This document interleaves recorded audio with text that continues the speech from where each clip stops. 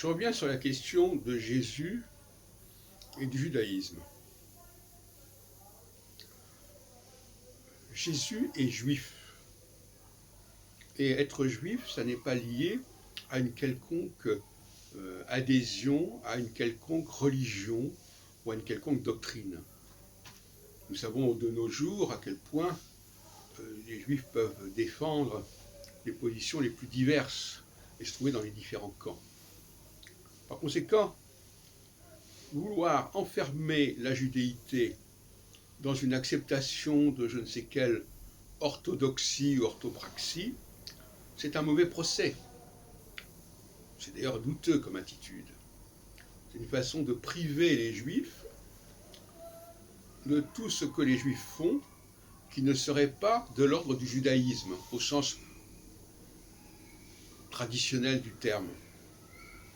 Or, il y a une tradition juive, qui est une tradition révolutionnaire, qui est une tradition qui consiste à remettre en question les savoirs, les systèmes, et qui s'est bien entendu affirmée au temps de Jésus, mais qui s'est surtout affirmée depuis, disons, le XVIe, XVIIe siècle, à partir de Spinoza jusqu'à Einstein, Marx, Freud et compagnie, j'en passe, c'est des meilleurs.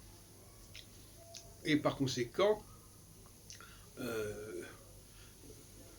on ne peut ni devenir juif par une simple acceptation de je ne sais quel credo, ni cesser d'être juif parce que l'on aura refusé ce credo et qu'on aura adopté un autre credo.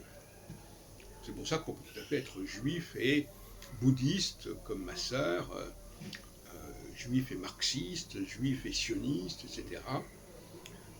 Et c'est une forme d'antisémitisme, stricto sensu, de vouloir réduire l'identité juive à une quelconque orthodoxie, à une quelconque doctrine. Et c'est tout à fait pervers comme point de vue. Et ça consiste justement à priver le monde juif de Jésus. Disons, Jésus a pris le contre-pied d'une certaine pratique juive, donc il n'est pas juif. Et ça montre bien les contradictions et les ambiguïtés du christianisme, qui consiste à vouloir réduire le rapport au judaïsme à une question de volonté d'être ou de ne pas être dans le judaïsme. La plupart des juifs sont juifs par eux-mêmes, par leur rapport au monde, et la conscience juive, c'est la conscience, à un moment donné, mais beaucoup plus tardivement, de ce que l'action que l'on mène, même si elle ne s'inscrit pas dans le judaïsme, elle a des rapports, elle a des similitudes avec l'action d'autres juifs en dehors même du judaïsme. Il y a quelque chose de commun, il y a un dénominateur commun.